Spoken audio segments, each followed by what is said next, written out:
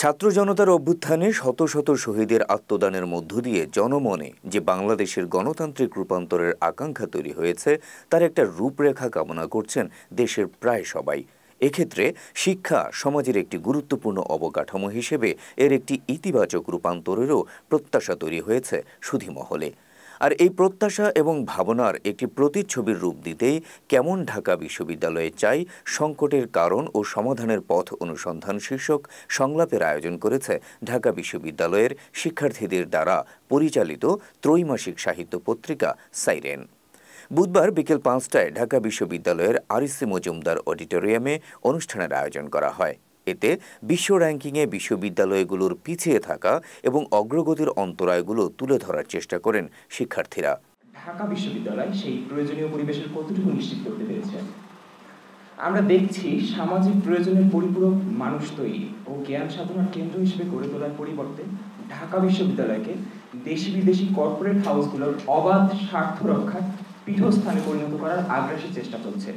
২০০৬ সালে বিশ্বব্যাংকের পরামর্শে বিশ্ববিদ্যালয় মঞ্জুরি কমিশনের নেওয়া কৌশলপত্র, যার মেয়াদ ২০১৮ সালে বাড়িয়ে ২০৩০ পর্যন্ত করা হয়েছে, বিশ্ববিদ্যালয়ের পাবলিক চরিত্র ধ্বংস করে উচ্চশিক্ষাকে বাণিজ্যিক পণ্যে পরিণত করছে। শুধু তাই নয়, শিক্ষার মনোবস্তু ধ্বংস করে শিক্ষাকে বাজারমুখী করছে। এই কৌশলপত্রের ফলেই বিগত ১৮ বছরে ক্রমাগত বেড়েছে বেতন ফি, এসেছে সিলেবাসে পরিবর্তন, মৌলিক বিষয়গুলোর আসন কমেছে, বাজারের চাহিদা অনুযায়ী বিভাগ খোলা হয়েছে, বাণিজ্যিক কোর্স চালু হয়েছে। এরকমই চলছে শিক্ষা বিধ্বংসী নানা আয়োজন। নিচে ইউজিসির কৌশলপত্রে শিক্ষার উপরে নানা মাত্রিক আক্রমণের যে পরিকল্পনা গৃহীত হয়েছে তার চুম্বক অংশ তুলে ধরা হলো। কৌশলপত্রে বলা হয়েছে, প্রথমত সরকার আগামী ২০ বছরে পাবলিক বিশ্ববিদ্যালয়গুলোতে ব্যয়ের ক্ষেত্রে তার বরাদ্দের অংশ ৯০% থেকে কমিয়ে ৭০%-এ হ্রাস করার পরিকল্পনা করতে পারে। অর্থায়নের ঘাটতি পূরণ করার লক্ষ্যে বিশ্ববিদ্যালয়ের নিজস্ব অর্থের উৎস তৈরি করা উচিত। বিশ্ববিদ্যালয়গুলোকে টিউশন ফি বৃদ্ধি ও ছাত্রঋণের প্রকল্প পরিবর্তন করতে হবে। আয়োজনে আলোচক হিসেবে উপস্থিত ছিলেন গণতান্ত্রিক অধিকার কমিটির সদস্য, বিশিষ্ট শিক্ষাবিদ ও গবেষক অধ্যাপক সলিমুল্লাহ খান, বাংলা একাডেমির মহাপরিচালক অধ্যাপক মোহাম্মদ আজম, ঢাকা বিশ্ববিদ্যালয়ের শিক্ষক সামিনা লুৎফা নেত্রা, জাহাঙ্গীরনগর বিশ্ববিদ্যালয়ের শিক্ষক ডক্টর সৈয়দ নিজার আলম এবং লেখক ও অ্যাক্টিভিস্ট তুহিন খান। ঢাকা বিশ্ববিদ্যালয়ে শুধুমাত্র ছাত্র শিক্ষকের উন্নতির জন্য আলোচনা করলে হবে না, বাংলাদেশের শ্রমজীবী মানুষ কিভাবে ভালো থাকবে সেটা নিয়ে আমাদের আলাপ আলোচনা করতে হবে। সেই সাথে প্রতি বছর নির্দিষ্ট সময় ডাকসু নির্বাচন হতে হবে একেবারেই স্বাভাবিক নিয়মে। আলোচনায় অংশ নিয়ে এমনটাই বললেন ঢাকা বিশ্ববিদ্যালয়ের অধ্যাপক ডক্টর সামিনা লুৎফা। ডাকসু নির্বাচন হতে হবে এবং এটা আমরা জানবো, আমাদের ক্যালেন্ডারে থাকবে এবং এটার জন্য আমাদের নতুন করে বারবার প্রস্তুত হওয়ার কিছু নাই। এটা অবশ্যই আমাদেরকে স্বাভাবিকভাবেই বিবেচনা করতে হবে যে প্রতি বছর জানুয়ারি মাসে ডাকসু ইলেকশন হবে বা ফেব্রুয়ারি মাসে ডাকসু ইলেকশন হবে, এটা থাকতে হবে। তা না হলে কিন্তু এই যে এত সজাগ থাকার যে পরিস্থিতি, সেই পরিস্থিতিটাকে আমরা ধরে রাখতে পারবো না। কেমন বিশ্ববিদ্যালয় চাই তা বলতে গেলে বিশ্ববিদ্যালয় এখন কেমন আছে এবং বিশ্ববিদ্যালয় আগে কেমন ছিল তাও জানার প্রয়োজন বলে মন্তব্য করেন অধ্যাপক সলিমুল্লাহ খান। ইংরেজ সরকার এই বলে তাদের আশ্বাস দিলেন যে পূর্ববঙ্গের ঢাকা শহরে একটি বিশ্ববিদ্যালয় স্থাপন করা হবে। আমি বলছি, কেমন বিশ্ববিদ্যালয় চাই বলতে গেলে বিশ্ববিদ্যালয় এখন কেমন আছে জানতে হবে, যদি সম্ভব হয় কেমন ছিল সেটাও জানতে হবে। মাত্র ১০০ বছরের ব্যাপার। তো সেইভাবে বিশ্ববিদ্যালয় ছিল তখন ক্লাস এই যে বললেন ৪০ জনের ব্যাপার, আমাদের গরিব দেশ। অধ্যাপক সাহেব ক্ষমা করবেন, আপনি কারণ মহাপরিচালক বলছি না, আপনি আমাদের মাননীয় অধ্যাপক। ৪০ জনের ক্লাস এগুলো পড়াশোনা হয় না, ক্লাসের সংখ্যা ১০ জনের বেশি হতে পারবে। ঢাকা বিশ্ববিদ্যালয়গুলোতে চলমান কোর্সগুলোকে একটি স্ট্রাকচারের মধ্যে এনে শিক্ষার্থীদের বিভিন্ন বাজারের জন্য দক্ষ করে তোলার উপর জোর দেন বাংলা একাডেমির মহাপরিচালক। আমাকে যে বিমর্ষ সময় বললো যে আমরা কি ফিলোসফি পড়বো না, আমরা ফিলোসফি দারুণ বাজার আছে, পড়বেন না কেন? ফিলোসফি তো অসাধারণ বাজার আছে। ফিলোসফির বাজার পশ্চিমে নানান কারণে বাড়ছে, মানে ব্যাপকভাবে বাড়ছে। কিছু ফিলোসফির প্র্যাকটিক্যাল ফিল্ড এর বাজার এত বেশি বাড়ছে যেটা আসলে ইউনিভার্সিটির টপ রেটের সাবজেক্টের মধ্যে চলে গেছে। তো আপনি পড়বেন না কেন? আপনি কি সাহিত্য পড়বেন না? পড়বেন, বিরাট বাজার আছে। প্রশ্নটা বাজার বলতে কি বোঝেন? আপনি বাজার বলতে কি মানে কর্পোরেট হাউসে মাল বিক্রি বোঝেন নাকি? সোসাইটিতে ১০০ রকম বাজার আছে। রাষ্ট্রের জন্য বাজার প্রয়োজন, মানে লোক প্রয়োজন হয়, সমাজের জন্য লোক প্রয়োজন হয়। আপনাকে এটাকে কি করতে হবে?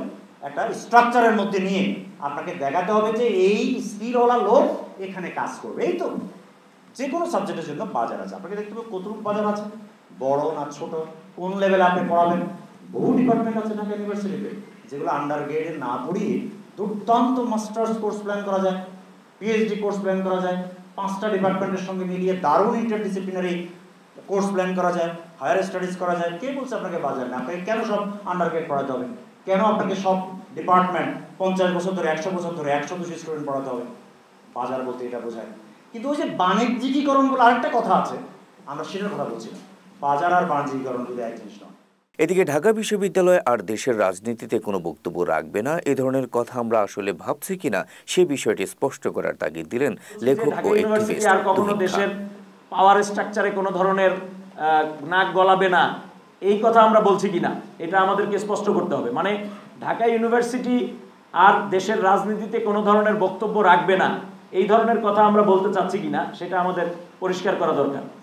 তো আপনারা জানেন যে যেই ছাত্র রাজনীতি অবশ্যই আমরা বলছি যে 24-এর যে অভ্যুত্থান হয়েছে, এই অভ্যুত্থানের আগে ছাত্র রাজনীতির যেই চর্চা ছিল ঢাকা ইউনিভার্সিটিতে, সেই ধরনের ফ্যাসিস্ট, দখলদারিত্ব ভিত্তিক এবং পেশিভিত্তিক ছাত্র রাজনীতি থাকা উচিত না ক্যাম্পাসে।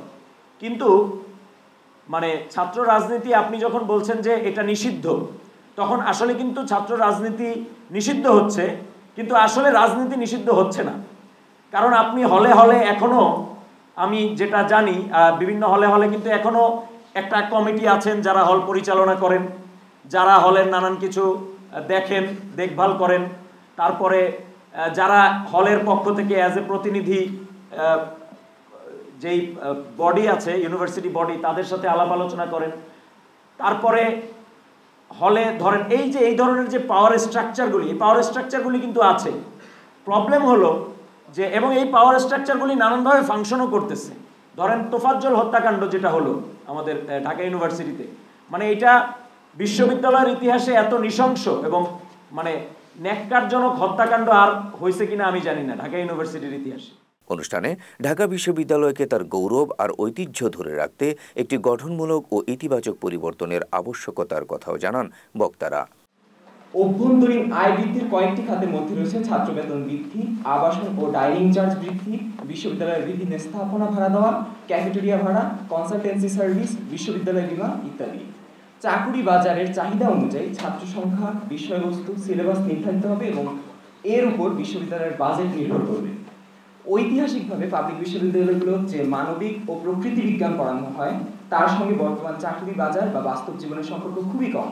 সন্ত্রাস, দখলদারিত্ব মুক্ত গণতান্ত্রিক ক্যাম্পাস নিশ্চিত করতে গেস্টরুম নির্যাতন ও গণরুম নিষিদ্ধ করা, ডিপার্টমেন্টে পরিচয় পড়ানোর নামে নবীন শিক্ষার্থীদের হয়রানি বন্ধের ব্যবস্থা করা, নিপীড়ন বিরোধী নীতিমালা তৈরি করা দরকার। এই নীতিমালা প্রয়োগের জন্য নিপীড়ন বিরোধী সেল গঠন করা যেতে পারে।